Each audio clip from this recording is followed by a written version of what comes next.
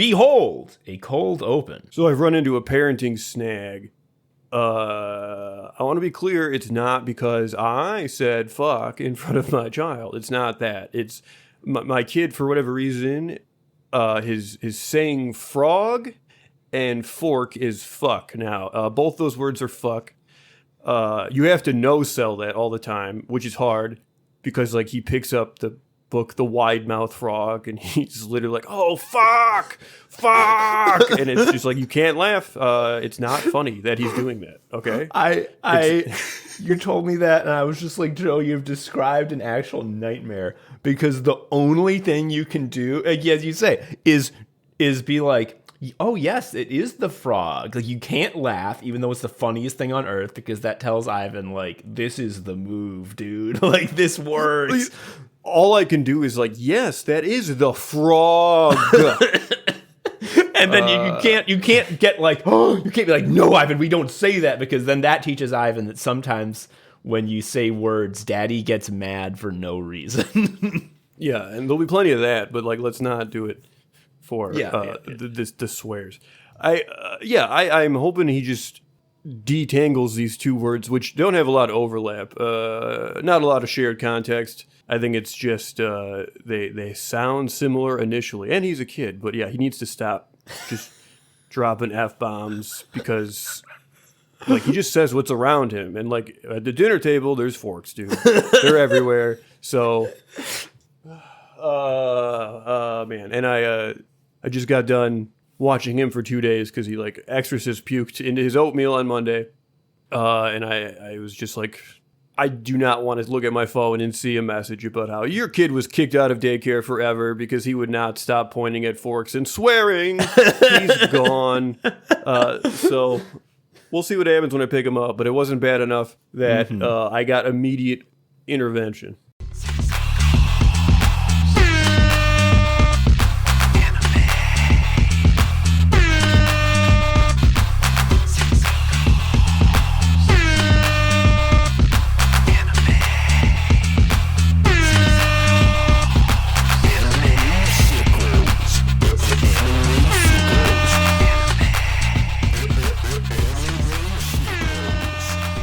Hello, everybody. Welcome to Anime Sickos. It's the podcast for geniuses and the only podcast where we look at the four pillars of modern misery: anime, gaming, posting, and jobs. I am Tom, an anime sicko. I'm Joe, and I've always been here, and I always will be. So I don't know if you do this, but Joe, my co-host, he's actually been out on a hiatus because of his health. So I've been having a rotating selection of guest co-sickos. I just, put out a call to all of the friends of the pod. That old phrase. Well, I mean, it's true. You get a lot of friends when you run a podcast this long. So we're having our buddy Joe. He's been on the show a couple times before. He's going to be sitting in for Joe tonight. Yeah. All right. I'm sick of this bit already. Me too. This blows. I am the guy. I am back momentarily because this was a slam. Can I explain how this is a perfect episode idea? Sure, please do. Okay. I have not played Silksong yet. I was under the impression that doesn't come out. It was like a joke. I thought it was like, whatever. We're all like, pray for this thing that doesn't happen. So it came out. I have not played it yet, but I did play the shit out of Hollow Knight. So I have a very good frame of reference, which makes following all of the reaction to it very fun, because the general reaction is like, this is good. I don't like the way it like pushes me down into the dirt and spits in my mouth, though. It's definitely seems to be harder than the first one, which wasn't even like that easy. It was not not an easy game. You were a sad little bug in a sad little world, and everything wanted to kill you and did.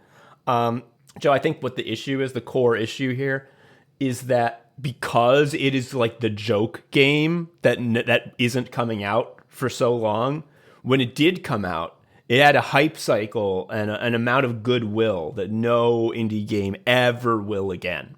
So we got a huge install base that like way outpaces like what is, I think, appropriate for the type of game. You know what I'm trying to say? Where it's like, this is a game made for a certain type of person, and like more people bought it than there are that type of person in the world. It's a Metroidvania, which is experiencing a blockbuster-like result. Typically not, a genre like that.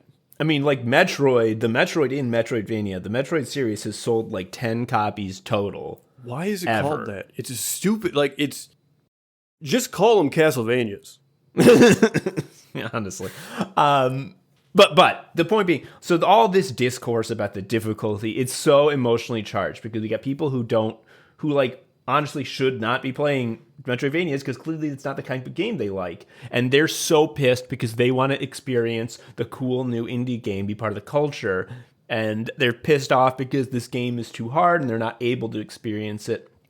And then you have the freaks who are doing the backlash to that, where it's like, oh, you dumb fuckers think it's hard. I hate you. The difficulty is now a virtue, right? And like, I'm now going to somehow say that you're ruining gaming somehow.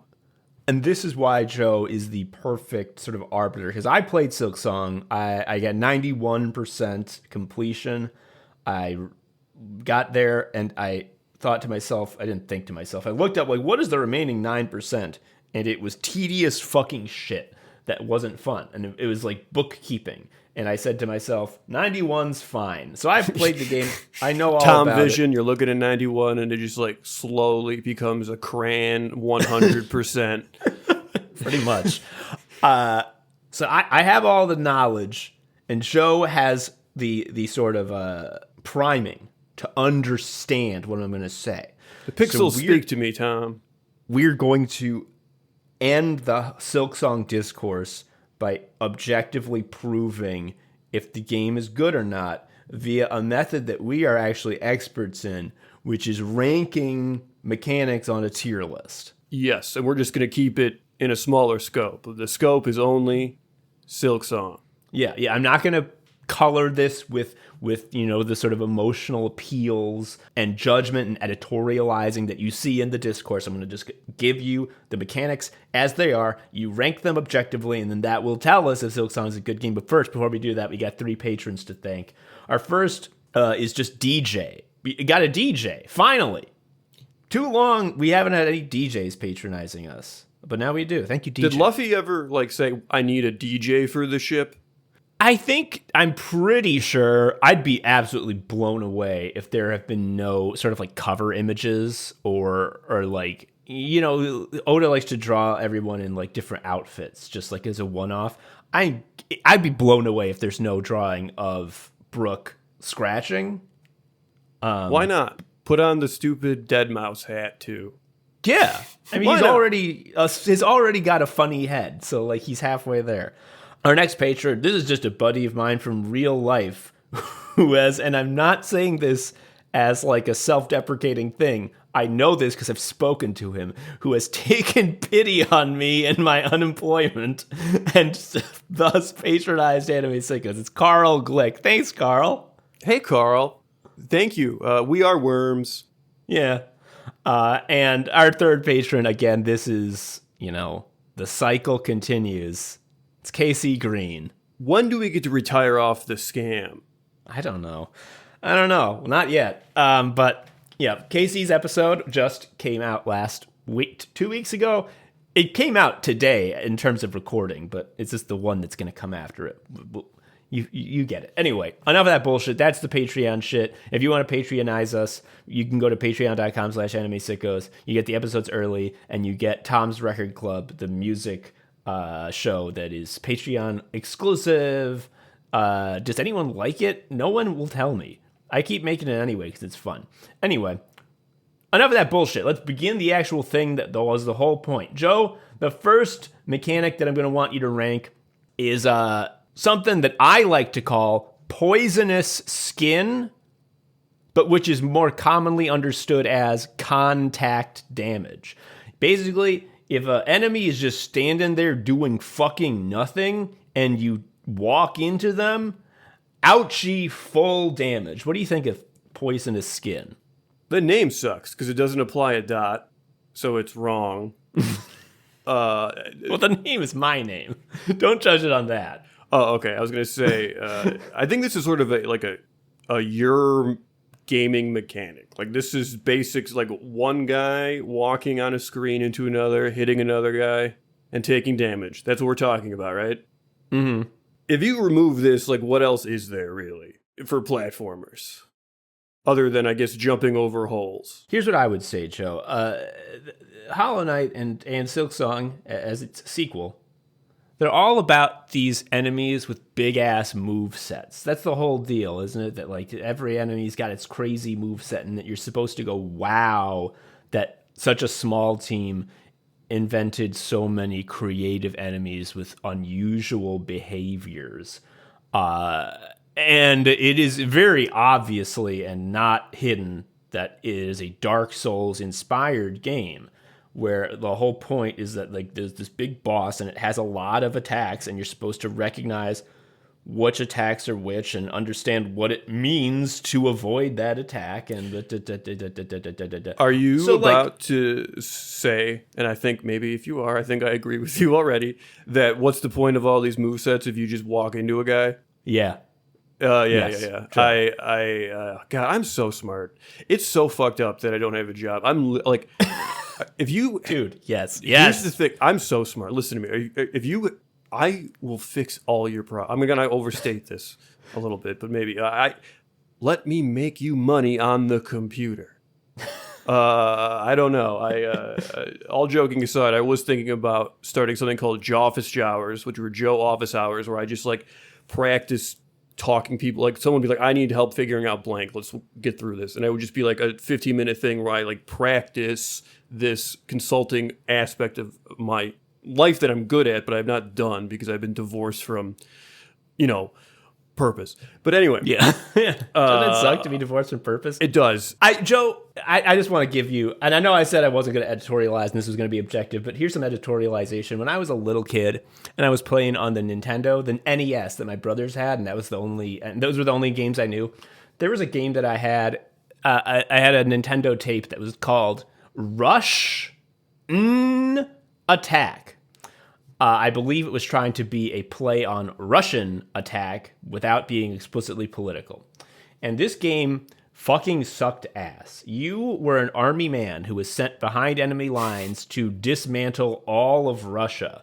By running right. Have you played it too? I've just seen a map. You were, you're just to the right. No, that's true. You were equipped with a little knife. So that you didn't have any guns. You just had a little knife. And enemies would be running at you. They were rushing, and you had to attack. Hence, rush, attack. And you had to hit them with your knife. And if you did, they would die, and you would be able to continue rushing. If they hit you, you just die immediately. They don't have a weapon either. They just touch you, and you die. And I remember as a little kid, like, I was fine with the Goombas and the Koopa Troopas in Different Mario species. Brothers. Yes. They kill me, that's totally fine. When it's just like, when I'm a man, and they're a man, and we touch each other, and only one of us has poisonous skin that kills the other instantly. As a little kid, I was so fucking pissed at that, and I was like, this doesn't make any goddamn sense. And Joe, I think what you need to understand about how poisonous skin is used in Silksong is that there will be times where there are enemies that do incredible moves, where they have huge flails that swing around at massive speed while on fire. There will be enemies that fly across the screen at horrible speeds, smashing. When they hit the wall, the whole screen shakes. When these attacks hit you, they do big damage. Oh, and so they should. These enemies can also be hit so much that they become dazed. They stand still, and little Tweety birds go over their head. They're barely even aware that they're conscious. If you walk into the enemy during this period, you will take exactly as much damage as if you got crushed by their flaming first of all, flail. Their aura shield is down. Yes! Previously, I was like, this is sort of an elemental game mechanic walking into another thing, but let's think about Monster Hunter for a second. That game wouldn't work if there was poisonous skin. The reason it's possible is because you can hang out by the huge T-Rex's legs, Yes. and you won't actually get hit unless it's like a stomp or a swing or something. Furthermore, every Monster Hunter game has an end game encounter with something that's too fucking big that has poisonous skin or something like that, and it's not clear what's an attack and what's just its body. And for that reason, it's a nightmare because it'll move and then like a little thing will touch you and then it's as much damage as the huge punch. So I hate this now. I think the second that you are introducing move sets and hitboxes, you get the poisonous skin is no longer happening because it's just like, I'm sorry, what is like, I think like why a Goomba walking into you killing Mario makes sense is like one, I know that the Goomba doesn't have an attack animation. And I know that like this is just an abstraction to communicate very quickly in the limited medium of an 8-bit game that this thing is killing you, okay? He's not doing anything, but it just does, okay? And also, like, if like the Goomba had a sword and did a sword slash every once in a while, I would assume that that was what the killing was from and not that, like, the sword and his skin are the same. Yeah, I mean, poison skin sort of denies you. Well, I guess if you're really, really good, you can do this. But poison skin makes it very hard to do the thing where you're super cool and the attacks are always ending in like just a little bit, like a pixel away from your guy, because you have to also deal with like their huge fucking body. So you can't do like the Kengan Omega thing where it's like, oh my god, his punches are going right through him. It's like, actually, he's moving ever so slightly. I love that shit. Yeah, no, it's true. It's true. And some people, and this is another thing, people will say, especially about the example I gave of the dazed bosses still doing their full damage when you walk into them, which is like, the dazed bosses are standing still. Why would you ever walk into them in the first place? And I just want to say, because I'm fucking dumb as shit, idiot. Like... Also, the game has this pogo new? jumping attacking mechanics, right? So Yeah. because of that, the poisonous skin is just like a constant fuck up potential. Okay, so I'm going to put this at a C because it's like it just doesn't add anything for me. Yeah, I think this is a classic example of something that in the early days of gaming was a necessary abstraction because there's no fucking way they have the technology to do movesets and animations for every enemy. So it's just like, enemies, just don't touch them, okay? Just don't be near these guys. That's the game, right? And that's fine then. But like, yeah, in Silksong, I think it cannot be higher than C. I think C is higher than I would give it, but I'm leaving the rankings to you because I want this to be objective. And so the next thing we've got to rank is low impact upgrades. Now, what do I mean by this, Joe? When you I'm going to this, stop you right there. Whatever this upgrades, I have a feeling like it's just going to get you to a point where it doesn't suck, and that's where it should be. Is this true? I wish. So, this really only applies to the first few upgrades you get. But considering that, like in Hollow Knight, the beginning of Silksong is the cruelest part of the game because you are the dumb bitch who can barely move. This is big. So I'm going to talk about low impact upgrades. When you start the game, you have 5 HP, yeah? And a lot of enemies, not all of them, but a lot of enemies do 2 damage on all of their hits. And people often say, like, well, why are you only focusing on the enemies that do 2? There's plenty that do 1. Because the enemies that you fucking care about do 2. I mean, you understand that, right? Like, those are the ones that you're going to be focusing on because they fucking kill you immediately. Anyway, the point being, 2 damage enemies, and you have 5 HP. Joe, how many hits does it take to kill you from full health? Oh, 3. It like super kills you, not even evenly. Yeah, exactly. Now, throughout Silksong, there are mask fragments, and if you collect 4, and they're very well hidden and generally behind devious platforming challenges that can easily kill you if you do them wrong. If you get 4 mask fragments, and this is not easily done, you earn a 6th mask. Joe, if you have 6 HP and are going up against an enemy that does 2 damage per hit, how many hits still does it dead take in to kill 3, you? Tom, if my math is correct. Yeah, this is real Magic the Gathering. I'm losing, but I'm going to send my bird at you. 1-1, here we go. Like, it just doesn't work out. I'll tell you another low impact upgrade, Joe. You have a meter in this game. This is your Silk meter, yeah? It's got 9 little pips. When you have all 9, you can heal. Now, that's great. We love healing in this house. Healing's a S rank mechanic, I think. You also get really early on this little doodad. I don't recall what it's called, but basically you get a regenerating pip. So if you are ever at 0 silk, after like 3 seconds, you get 1 for free. Normally you get silk by hitting the bad guys with your sword, but you get the first 1 for free. Isn't that nice?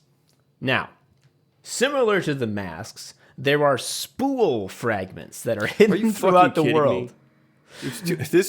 We are entering like the N64 collectathon insanity. Yeah, kinda. If you collect a full spool, your meter's maximum capacity goes up by 1 pip. So consider this, Joe. You have unlocked your first mask, and you now have 6 HP. And then you unlock your first spool, and now your silk meter goes up to 10. What has changed? Well, you used to die in 3 hits to the enemies that you fucking care about, and now you die in 3 hits to the enemies that you care about. And it used to be that when you had 9 silk, you would heal and then be left with 1 silk. Now, when you have 9 silk and you heal, you're left with 1 silk. But what if you have 10 silk? Well, in that case, you can heal and be left with 1 silk. So the real purpose of this is so you can like fuck up and be like, oh, if I didn't have that, I'd be dead right now. But like, not in like a meaningful progression way. Yeah. I don't know. The 9-10 pip difference when it's always giving you a minimum of 1 is nothing. It is very funny. It is. I laughed out loud. It's how can I physically earn something in the game and have it be on the screen always, but still be offensive?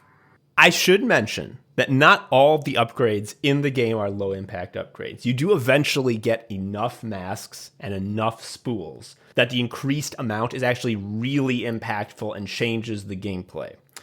I just want to point out low impact upgrades as like one main thing, because it is an unbelievably impactful experience in the early game, which, as I've mentioned, is the most cruel part. And it's the most commonly played part, you know? The beginning. That's where people give up. Exactly. So, like, most people are only going to upgrade their shit once, if at all. And that first upgrade is going to be comically useless.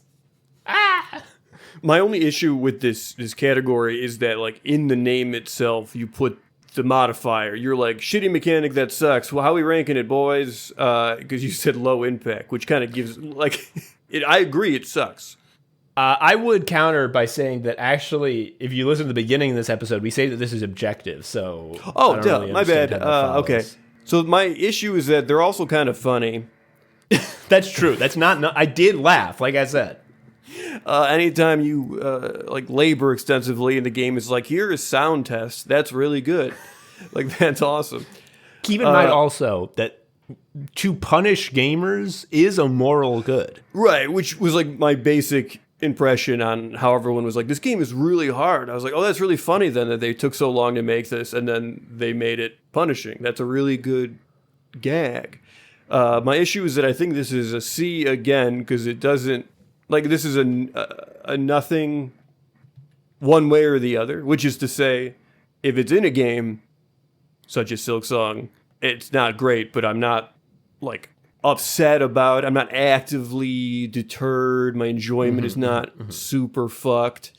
It is silly though to obviously like go across the map to get a single pip, which it may never be utilized. You ever fill up that 10th one? I don't know. It's very funny. Okay, C. I'm fine with C. All right, next one, and this one is crazy. Ammo that needs ammo. Now, what do I mean by ammo that needs ammo? Joe, in Silksong, your character is kind of like a Batman type, a tinkerer, and she can create a lot of little sub-weapons.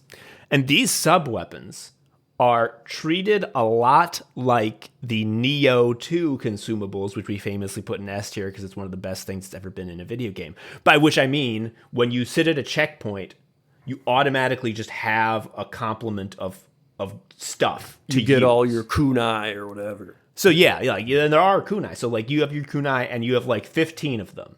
And when you use them all up, you're done. So you can't just rely on the kunai. It's not, you have to actually know how to play the game correctly. The kunai is just like a little bit of bonus help that also increases your range. You know how it is with these sub-weapons. You use the one that fits the situation you're in that gives you a leg up. Tactics! So, that sounds perfect. You got these weapons and they have ammo, and the ammo means that you can't rely on them. But what if I told you that your ammo needs ammo? Well, it does, Joe. Every use of a tool in order to refill at the checkpoint eats up shards. I had a feeling this was where it was going to be good. I'm gonna be upfront. This is a betrayal. When you're at the bonfire or bonfire equivalent, it's done. Like you brought your body to this. All your meters go up. All your things get topped off. It should never be, oh, I don't have a blank. To not have the save point, the bonfire, the whatever, be fully restorative. I don't know, man. That's just fucked up. It's unbelievable. Like I truly, I would love to sit down with the Silksong devs and be like, tell me what you were thinking about this. And I want to be clear that the shards, the ammo for your ammo, drops at an insanely low rate. Every once in a while, you will find a little secret alcove that'll have this little metallic treasure trove looking thing that when you hit it with your sword explodes into shards, and you're like, oh, fuck, this is gonna be good. If you pick up all of the shards that are shooting out of that, you will get like 20. And if you use up half of one of your tools, ammo, and then rest at a bench, that takes like 25. The rate is fucking insane. The only way that you can actually get shards in a sort of sustainable amount if you're using your tools regularly, which you should be because the game gives you so many.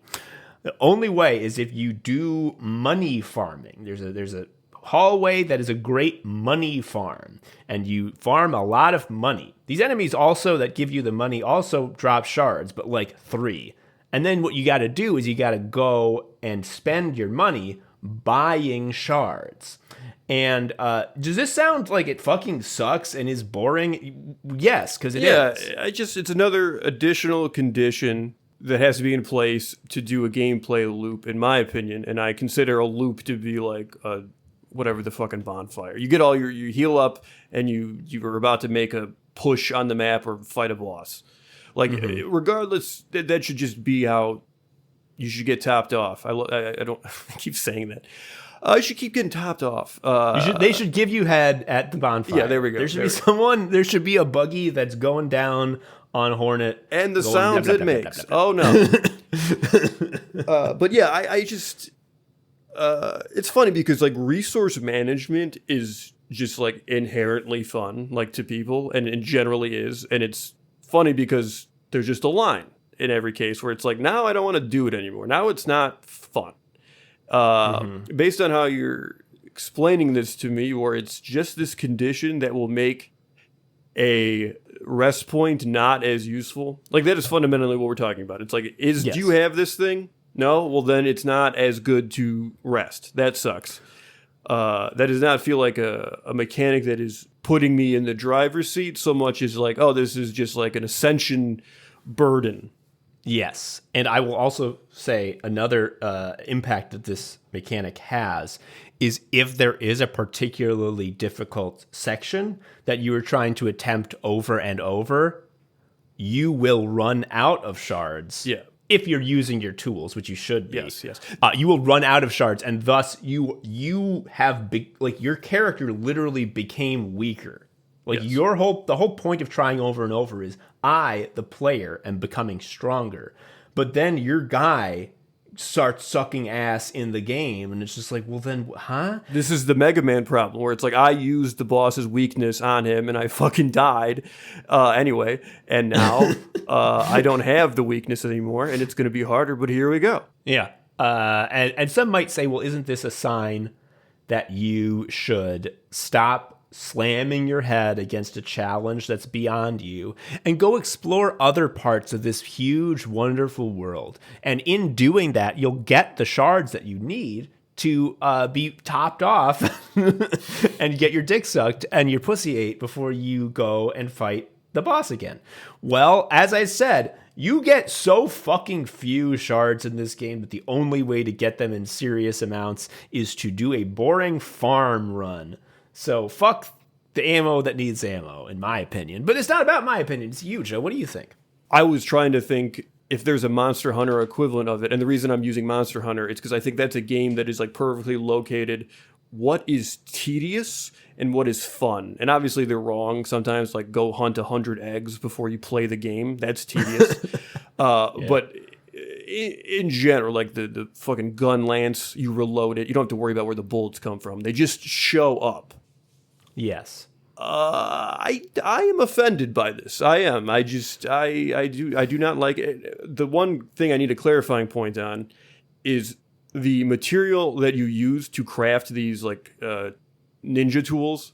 Is it like the same material for all tools, or does each tool have a material? It is the same for each tool. If it Okay, was cool. if it was the alternative, this would literally be an unplayable game. Okay, cool. I'm gonna say D. I don't need ammo's dad. Shit. It is ammo's dad. Fuck this. I would say that I think the closest equivalent to ammo that needs ammo in Monster Hunter, and I don't think there is one, so it's a stretch, but is how I think in the older games, if you just forgot to bring something you needed for a hunt, you were fucked. It was so good. It's In so Monster Hunter awesome. World, there's like a box at the hub where you can like take something out of storage into your inventory and vice versa, right? Yeah, the first time you get to do that, you're like, I was a caveman before. Like, actually, it was fucked up that they were making me do this. Like if like we would be playing the Monster Hunter Generations on the Switch, and like for every ice hunt, you just got to be like, did I remember to bring the hot Gatorade? Because if you don't drink the hot juice, like you literally can't play because your character dies from being too cold. And it's like, why is there an option to forget? that I think is forgetting your hot Gatorade in the ice levels is the closest thing to ammo that needs ammo. Right. Like, In it doesn't, Monster Hunter. like, putting it in your inventory doesn't feel good. You're like, oh, I'm immersed and prepared now. Like, ooh, I love that little bottle is on this grid now. It doesn't matter to you. But if you don't have it, it just sucks. It's just a suck check. This is a very unfortunately worded episode. A suck check that top you off. Man. Okay. What's the next mechanic? Next one is going to be run backs. This is when you fight a boss, you lose to the boss, you come back to life, but you are far away from the boss, and you have to run back. What do you think about run backs? Is this the same as a corpse run? Like, is this? I guess yes, except your corpse is always in the boss arena in these instances. So to actually get your body, you have to start the boss fight again. Yeah, but I think that's sort of focusing on the wrong thing, because even if there wasn't the sort of like soul, like the bloodstain mechanic, which there is, where you have to get your shit back from where you died, even if that wasn't happening, even if the deaths in this game had no downside other than that you lost. I'm talking about just the actual fact that in order to have your next try at the boss, you have to run back to them, and it's there. You're not right there. You're far away, and you have to traverse the level in at least a enough of the level that it is significant. So this is just my reality here. If I'm trying to do progression on a boss, my mind is at the boss.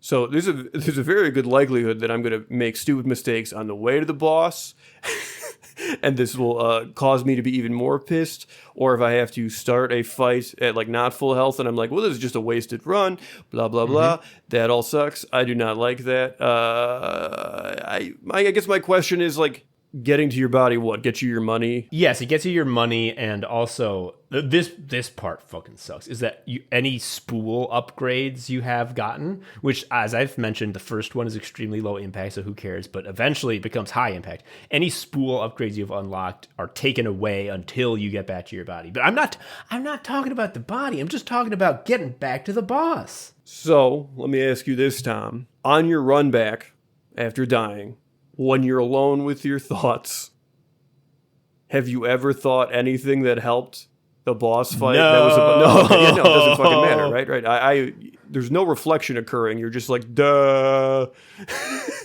I see people online, and I don't like. Are these lizards? Like, what? Who are you?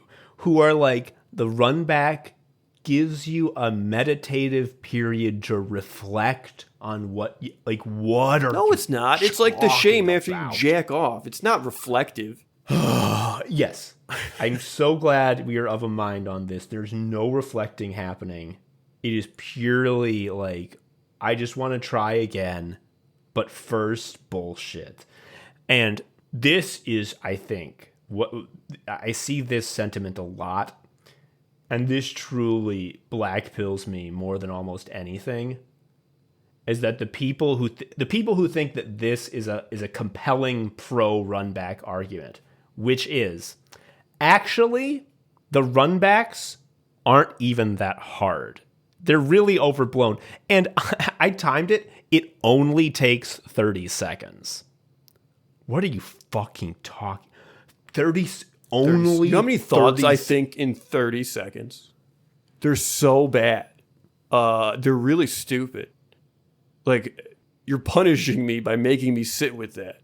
If, for example, you took 10 attempts to kill a boss, not impossible, and not even really that bad of a player to have 10 attempts to kill a boss. I think that's actually pretty normal.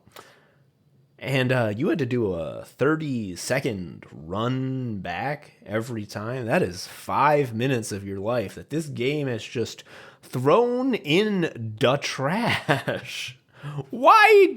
No, why would they do that? I get it literally, and I'm not saying this is like the reason they're doing it, but like these things make games longer. And I'm not saying it's like, oh, it's a scam, but like they do pad out the gameplay, because it does force like some putzing in the loop and learning as you die all the time. That's true, but I think that makes their presence in Silksong all the more ridiculous, because this is one game that does not need padding. This game has more meat. This game has like 5 times the meat of the average game. The amount of like stuff, like real stuff, not filler, like real stuff, is nonsense high. So like, why pad? Yeah, I don't know. I don't like it. I don't really get anything out of it. I gotta tell you about this example, because 2 examples, I should say, that knowing these will make you better understand runbacks for Silksong in particular. There is one run back which is extremely notorious because it requires you to go through almost an entire biome, which is the poison swamp zone. And it requires a lot of precise platforming. And it makes you engage with the next thing that we're going to rank, maggot water. It makes you engage with maggot water, and then when you finally get to the boss, there is a mandatory gauntlet where there are waves of normal enemies before the boss even appears. This runback can be shortened if you find a secret checkpoint that you would never find if you didn't get told about it. And even then, the run back from that is very frustrating and annoying. I think that as much as I've been shitting on run backs, I think this is so funny that they did this in the poison dump toilet dumpy poop level that I absolutely love it. I think it's one of the best design decisions in the game. Second example, I don't want to spoil too much, but at some point in the game, you got to go to a different type of mind state. And while you're in this different type of mind state, you can fight bosses. And when you lose to the boss, you go back to the normal type of mind state. To go into the new type of mind state requires you to begin an animation that lasts 15 seconds. And then when you wake back up, you have to do a run back. Well, that's funny too. It's funny, but it is oh funny. My God. The unskippable animation. That's good. Yeah. I'm still going to put this at probably a D, honestly, because I don't want to do it. The best version of this that I can think of is, again, Monster Hunter, and not because it's not bad there. It's because the monster is still fucked up from when you were hitting it and died. And also your buddies are there. That's true. They're holding down the fort, or trying to. Yeah. All right. So that's a D for runbacks. I think that's fair. Next up is maggot water, as we discussed. This is water This is really that's upsetting. on the floor. This is upsetting. It's full of maggots. When you touch the maggot water, which is full of maggots, guess what? You're full of maggots now. So if you mess up on your platforming, you're Mrs. Maggot now. Hornet's got maggots. What does it mean to get maggots? Well, first of all, gross. Second of all of they eat your silk. Yeah, they want to eat it. So your meter, which is normally pure white silk, is now poop colored, and it is constantly going down. Now you can, if you hit enemies, if you're doing combat and not fucking up, it will go up faster than the maggots make it go down. So it's not like you're completely screwed, but it sucks. You have to play through it for sure. In addition to that, how do you get rid of maggots? Well, you can just sit on a bench, a checkpoint, go to the bonfire and the maggots go away. That makes sense. But you can't rely on that because you're going to get maggoted when you're in the middle of an excursion and the bench is far, far away. So how do you get rid of the maggots? Well, when you have maggots, the next time you heal, which is to say expend 9 silk and do the healing animation, you don't heal. You just make the maggots go away. What do you think of maggot water? So it makes the next heal a dud. Yes. You still spend all the resources. You can still get hit in the middle of the animation, which will spend all the resources but not give you the benefit. And you don't heal, yeah. Man, this is just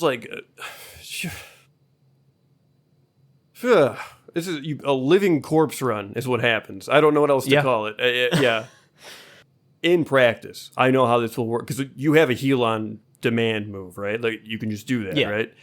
You have to have the meter, but then you just hit the button and it happens. I mean, in practice, it's going to be me stepping foot and it being fuck, and then clunkily healing, and then messing up a jump, and then fuck, and then having no meter after doing that twice or whatever. I don't know. It's just I keep coming back to this idea of ascension difficulty, where it's when a thing is just a lodestone around the neck that you play around, and it's not oh, you're a living bomb. It's fun. It's just it's just this thing you have to deal with, and it's just in a game where it seems like that's how everything is. It's not like, oh, here's a new type of gameplay, here's a new twist. It just is like, hello, like here's another fucking burden. Yeah, it's a basically it's like super poison in the sense that like I wouldn't say super poison, but it's just like another shitty dot. Yeah, yeah. It's also I Gross. cannot emphasize enough how it's stinky toilet water from the doo poop level. And So it it's gets in you. in your blood, even if your toe just like goes in it a little bit. Yeah, That's crazy. yeah. That must be filthy. It's yucky. It's really bad. I personally think the maggot water is pretty yucky. But is there not some benefit in having a platforming hazard that has a extremely negative outcome that isn't just you hit a spike, you dead, you know? Or like bottomless pit, you fall and you're in the wrong place now. To its credit, it gives you a more flexibly managed like debuff or penalty because it's, as you say, the spikes you bounce off, immediately die, you just take damage right there. You can kind of time when you're going to do the heal, right? Because you know if you're not going to get hit, you can just keep going for a little bit and then heal. So the flexibility doesn't suck. Do I like this more than a poison swamp tile? A tile? I think I do. Maybe not the shit aspect. I'm going to do C. And all the times I've played games that have maggot water, which comes up a lot, it has neither contributed or detracted from the experience. I think C is fair. Yeah, like as I say, like if you want platforming to feel really impactful, there needs to be a big consequence to it, and this is a good sort of middle ground between the consequence of like you died, or like you took damage, or you fell and it undid all your progress because like you fell a million miles that you just were spending an hour getting up. And I want to make it clear that like the maggots don't hurt. So if you are like, I don't need to heal because I'm that good at the combat, then like it's actually no problem at all to be The best players are filled with maggots. They don't care. Yeah. I think C is pretty good. Right in the middle. This next one, this one's kind of crazy. Spells and healing use same meter. Joe, I've been talking about the Silk meter and having 9 pips to cast your heal all this time. Did I also tell you that you have Silk spells? These are crazy attacks which you can use that do crazy things, and they can they allow you to do damage at a range beyond what your sword is able to reach. And different shapes and different ranges on different spells. You can pick the one that suits your needs. These spells require 4 silk to use. You'll recall that healing takes 9. Same meter. What do you think of this? I can't remember what other... I've played other games like this. I even think of Metroidvania where it's like the resource for the spells is also the thing for the self-heal, which effectively means that like this is just for self-healing. Like I do not end up using the spells because like HP with like few exceptions is almost always a better buy. And then the other thing is like if you only have 4 pips to cast, I don't know how good these spells are. Do they like nuke the whole fucking screen? They're okay. Like some of them do. Some of them are big screen wipes. One of them's like you like a ranged attack. One of them is like you create a cloud around you of like whipping silk. One of them is a parry. You take a parry stance, and it lasts for pretty long, so you don't have to time it very well. But you take a parry stance, and then if someone hits you, you don't take damage, and you go kick their ass. They're okay, but they don't heal you. No, it's just for healing. Like it just ends up being for healing. I am missing out now because it should be a different meter. Mm-hmm. My understanding and my experience and how I think other people are experiencing it is that silk spells are only for experts who don't get hit very much. The kind of people who want to try the permadeath mode where if you die once, it deletes the save. But if you're that good, why don't you just bob and weave with melee attacks? Exactly. I have no fucking clue. And also, Joe, I'm going to tell you this. You have I think you unlock 6 silk skills total. I've unlocked them all because I got the achievement. You get something like 25 tools. Those are those sub weapons that have ammo that needs ammo's dad. You get 25 of them, and you get 0 equipable passive doodads that affect silk skills. So you're saying this is not even the only way to do range damage reliably, because the tools are better at that. Tools are way better and have way more support. Yes, there's a lot more of them, and there's a lot more support items for them. And they don't use your fucking healing. I mean, they might be cool. I will not use them. I will just constantly be only using it for the self-heal after I fall on the poison swamps shit. That's how it goes. Here has been, this is my full experience with the silk skills. As someone who beat the game 91%. I got the true ending. I beat the final real boss. I did it all. Except for the tedious. I didn't finish my fucking journal. Because why would I do that? My experience with the silk skills is I unlock a new silk skill. I go, I wonder if this one's good. I use it 3 or 4 times, and I say, wow, this is pretty strong. You know what? Maybe I'll fold this into my play style. And I try to do that for a while until there's a point where I need more health. And I am in a part of the combat flow where I have been sort of trained by the game that I've been playing for many, many hours to think you probably have enough silk right now. And then I press the button to heal, and I don't heal because I had used it on my silk spells. And then I say, I will never use this shit again. Neat. All right. Bye. It's just a resource issue.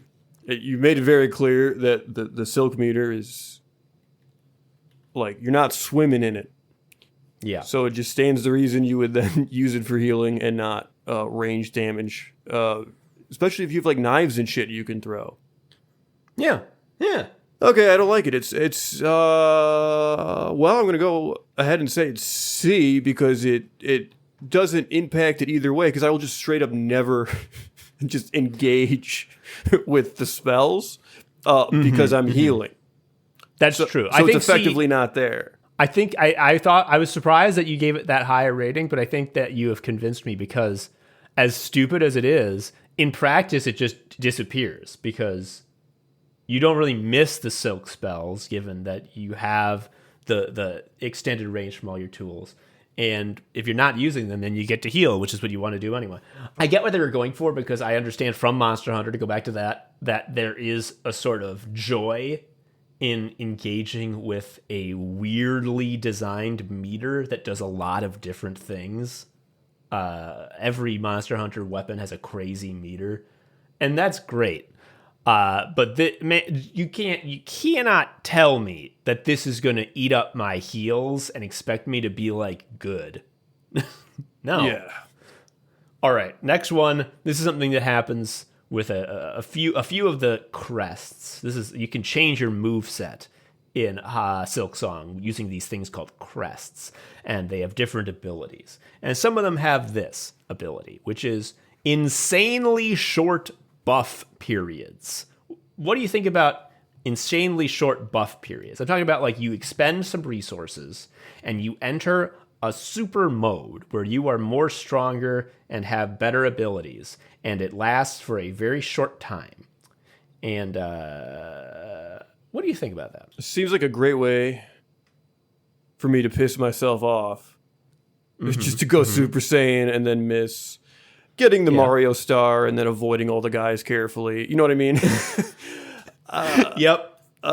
Yeah. I did not play Twin 9. What did daggers, whatever the Monster Hunter weapons that were when you had the dual blades, I think they were called. I never touched those because they like literally are just, that's the mechanic. You have like these like bursts of like sicko mode, and I just don't want to manage those because it involves not fucking it up, right? Yeah.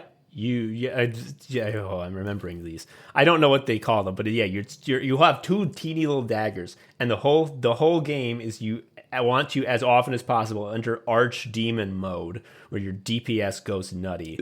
Which is also separate from, there is a demon mode as well, which is fucking stupid. Yeah, that if you are in demon mode, you are the biggest bitch. Like it's less embarrassing to be in like normal guy mode. Yeah, so I'm going to go with C because I'm not going to use them because I will fall in a hole or miss. Yeah, and I think much like Monster Hunter, even more so, really.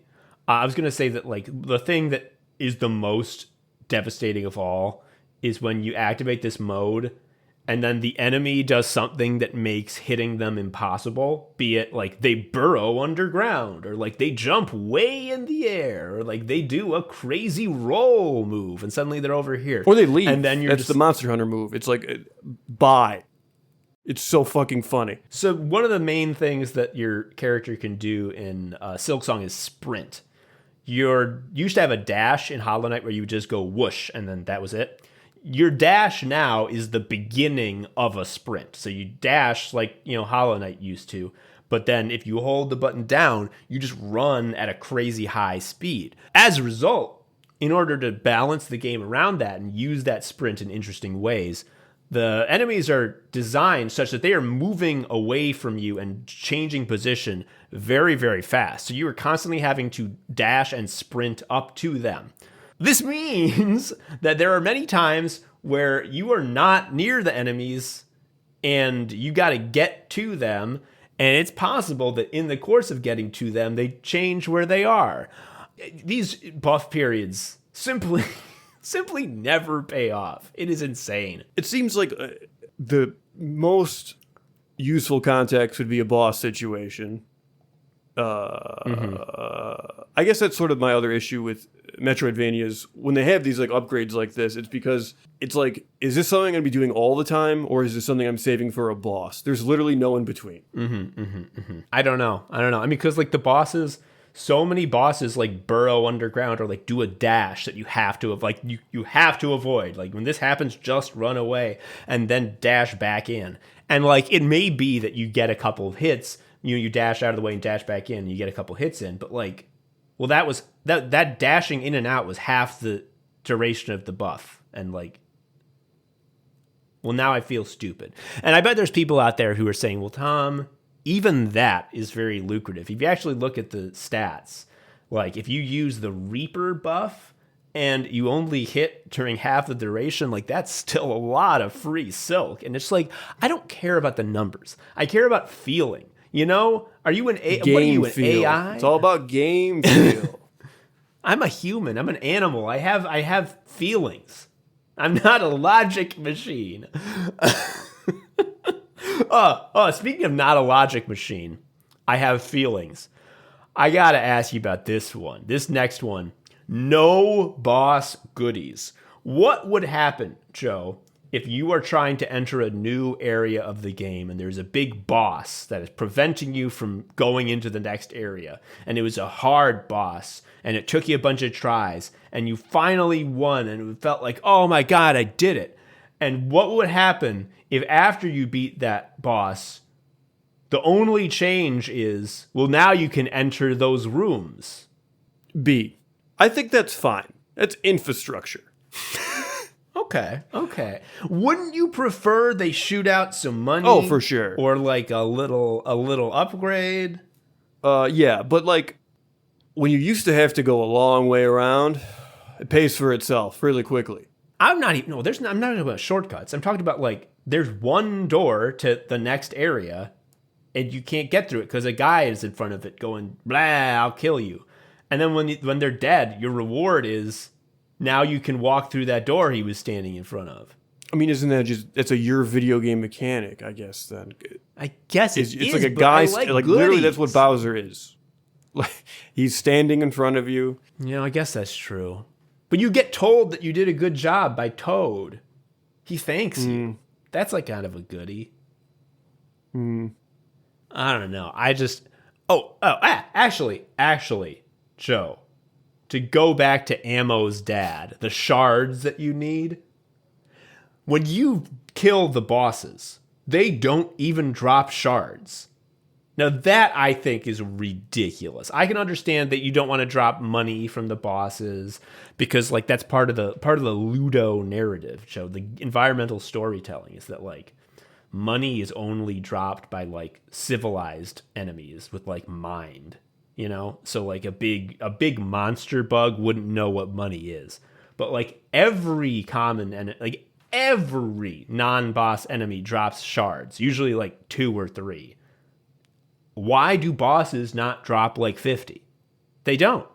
Why not? You're upset you're not getting your treats. And I'm upset for you. I am upset for you. What are we ranking right now? Doors? The concept of a guy in front of a door? We're ranking no boss goodies, and it's a B. So let's move on. We got a few more, and then we can wrap up. Here's one. What would happen if you dedicated one of the 4 face buttons on a normal controller to the next mechanic, which is a weird guitar that you forget about? What does it do? Is it like the Ocarina of Time where you play songs to solve puzzles? Mostly you forget about it. There are some doors that have like harps next to them. I think there are 3 where if you play your guitar next to them, they glow and open. In the late game, you learn abilities where if you hold up or down while you play your weird guitar, very specific things happen that are needed for the plot, and you know exactly when to use them. But mostly, you forget about it, because when you play the little fucking guitar near people, they sort of start singing their thoughts. And the first like 10 times you do it, the thoughts that they say are pretty much exactly the same as what they speak aloud. So you go, I don't care about this. And also it takes a while of you playing the little guitar for their thoughts to start showing up. So that's kind of like a run back in its own way, because you're just sort of waiting and be like, please say the thing, and then you forget about it. Now, there are some other uses that the guitar has that I don't remember because I forgot about it. And you're supposed to, stumble into this because the game assumes you're playing the guitar all the time to everyone because they put it on one of the 4 main buttons on the controller. But what I did was that I forgot that I had the weird guitar almost all the time. So what do you think about the weird guitar? I mean, it should be like a gun instead, right? Like, or a lance, or you know what, a scythe, like a sick scythe, like a reaper. That'd be sick as hell. Yeah, and you could do at least a shotgun. You could do the insect glaive because that's what the kind of guys are in this game. They're bugs. Yeah, my feeling of the weird guitar is like, if it was like a gun that shot like a mind bullet that let you see a little like wispy thought bubble, there's no reason it can't be a gun that shoots music. It can do that. That's fine. Yeah. If we have gun lances in Monster Hunter, we can have like, and the gun sword from Final Fantasy VIII. Yeah, you have a gun harp. Yeah, I'm going to go with D. Should be a weapon.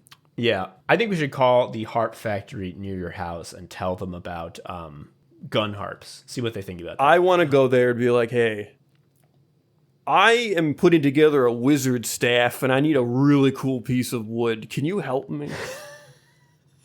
We should go over there and be like, have you heard about pianos? It's like if they take your shitty instrument and then hit them with hammers. Yeah, then you could like sit down. It's way better. Yeah. Okay, this is the last one.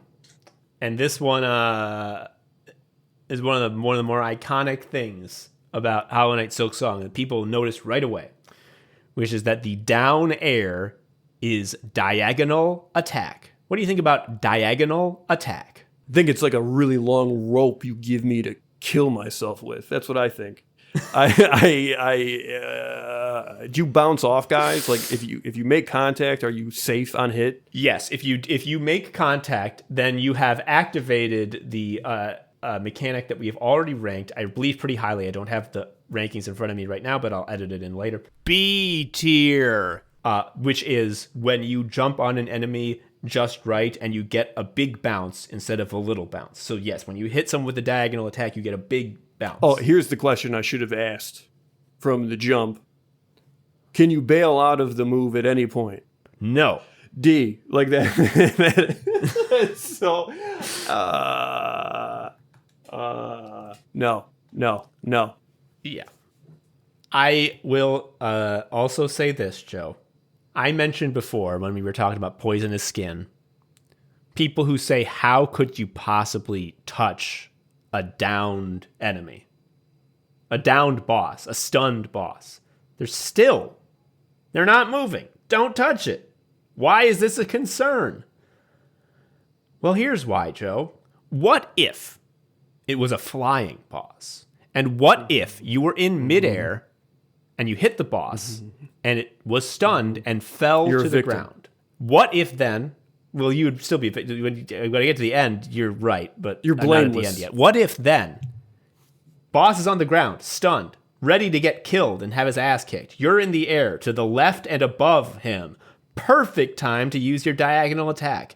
You use your diagonal attack. Now, what if I told you that the boss who looked like they would get hit by your diagonal attack was actually a little bit too far away, and your diagonal attack ended, and you are just like an inch above the boss's head? This is it. It's because the gamer mind can quickly calculate cardinal direction movements, but it has to do real fuzzy math for diagonal stuff. So there's just a higher chance, like you're gonna fuck up a compute, and you're gonna land in a hole. I don't know. I don't like it. And also, I didn't ask this, but can you chain it into itself? Oh, yes. That's pretty sick. That's pretty fun when you can pull that off. Okay. I will. Is that enough to bump it to a C? Yeah. I was just worried that like I couldn't panically smash the down thing after hitting him once. But if it's spammable, I think it's a C.